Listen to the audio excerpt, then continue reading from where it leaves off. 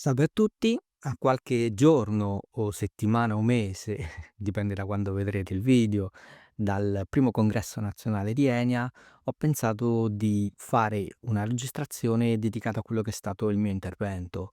Ma prima guardiamo un po' cosa è accaduto in quel di 26 maggio 2025 presso Palazzo Lombardia, nella sala Marco Biaggi a Milano.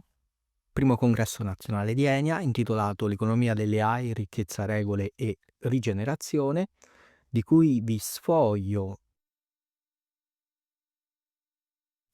la ricca agenda.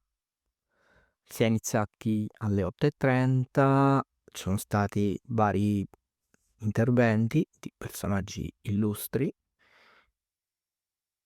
e l'evento è culminato con awards. Ringrazio Enia, la nostra presidente Valeria Lazzaroni, per il premio che io ho ricevuto, dedicato all'etica e alla governance delle AI. Dopodiché nel pomeriggio ci sono stati 6 panel, nei quali sono stati per lo più presentati anche i vari direttori dei dipartimenti. Si è finito molto più in là rispetto all'orario previsto, proprio perché talmente densi erano gli argomenti interessanti, i temi trattati, che 5 minuti, grosso modo, che erano dedicati a ciascuno di noi, erano davvero molto challenging da rispettare. Io ho fatto un intervento, di cui parleremo dopo, nell'ambito alfabetizzazione ed innovazione. La presentazione da parte dei vari presidenti dei comitati di Enia e il nostro presidente Valeria Lazzaroli ha chiuso l'evento grosso modo verso le 7. Ringrazio tutti coloro che hanno partecipato, ringrazio coloro i quali erano e sono rimasti in sala fino a tardi e ringrazio naturalmente il mio dipartimento, tutte le persone che lo popolano.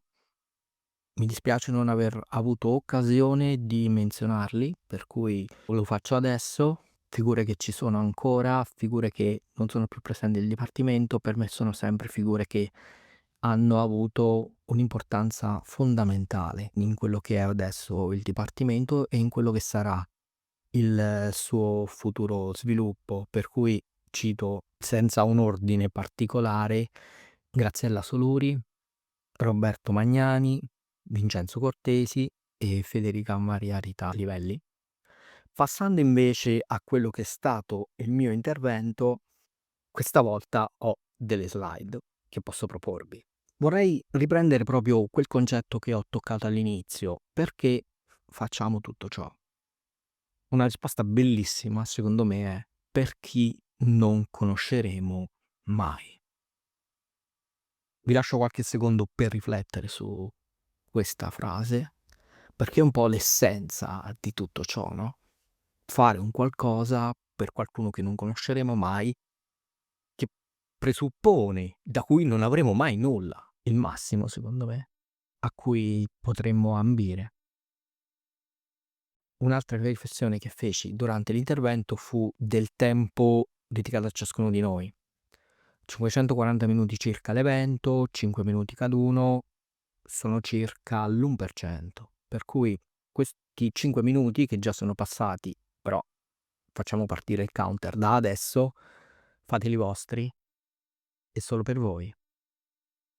Partiamo con questa prima slide che cosa secondo me simboleggia. Durante l'intervento si è parlato molto di intelligenza artificiale, ma che cos'è l'intelligenza?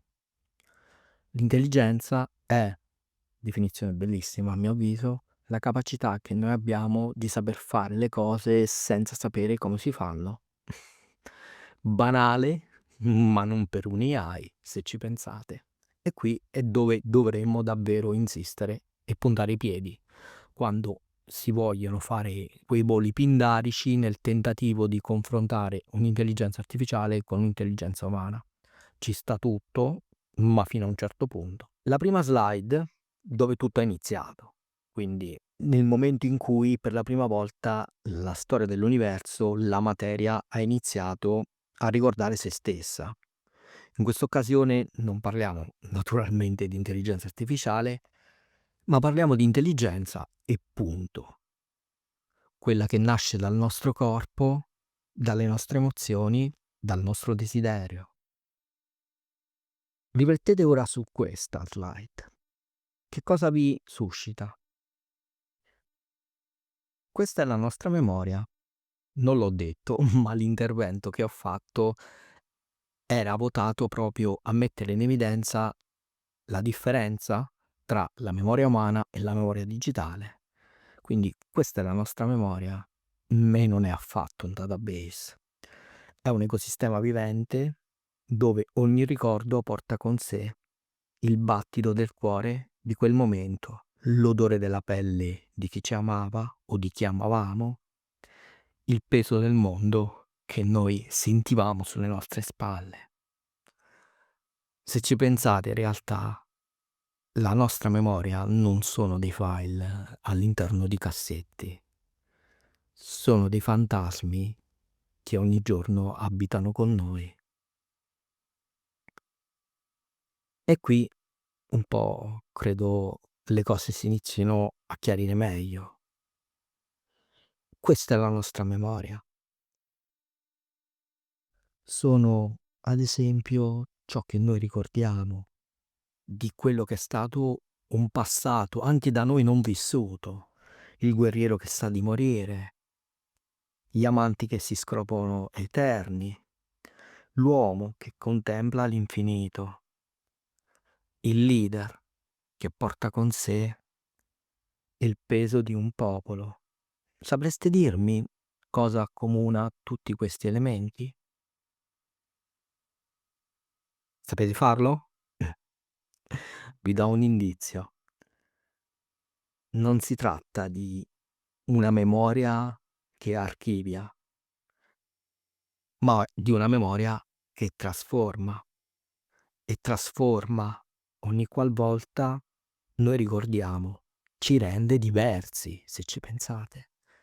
Il ricordo non è un qualcosa di statico, ma è un qualcosa che noi riviviamo diversamente a seconda del momento e del nostro stato d'animo. Ora, rispetto a tutto ciò, quindi, parliamo di memoria digitale. La memoria digitale è la nostra protesi, è perfetta, è fredda, è infinita, è quell'area dove noi possiamo davvero storare, archiviare in modo permanente e persistente la nostra cronistoria, perché la storia forse ci andrei cauto. Vi porgo una domanda: è più umano un AI che ricorda in modo permanente o l'essere umano che tende a dimenticare? Il concetto di perfezione. La perfezione non esiste. La natura è perfettamente imperfetta, come noi esseri umani, con le nostre debolezze, i nostri stati d'animo, i nostri cambi d'umore. È quello che ci caratterizza, la nostra anche imprevedibilità. In una macchina non è certo semplice modellare un qualcosa del genere, non convenite? Quindi, volendo aggiungere ad un quid, noi stiamo davvero costruendo dei sistemi che processano dati. Noi, in quanto esseri umani, soffriamo i nostri ricordi, li portiamo nel corpo come cicatrici invisibili. Ogni decisione ed ogni ricordo è qualcosa che ci rimette in gioco.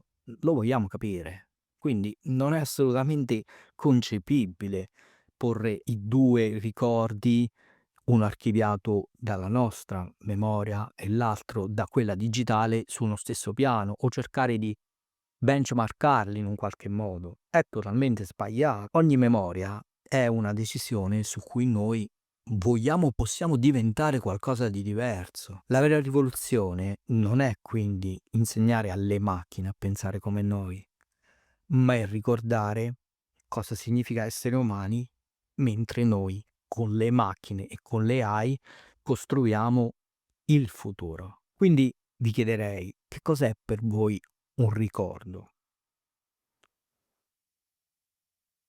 Non è in realtà un qualcosa che noi dobbiamo sforzarci di ricordare in modo preciso, ma è quella capacità che noi abbiamo, partendo da un'esperienza, anche di cambiarci. Non è l'accuratezza o la precisione, ma è l'emozione che quel ricordo porta e suscita in noi. Siamo davvero a un punto cruciale.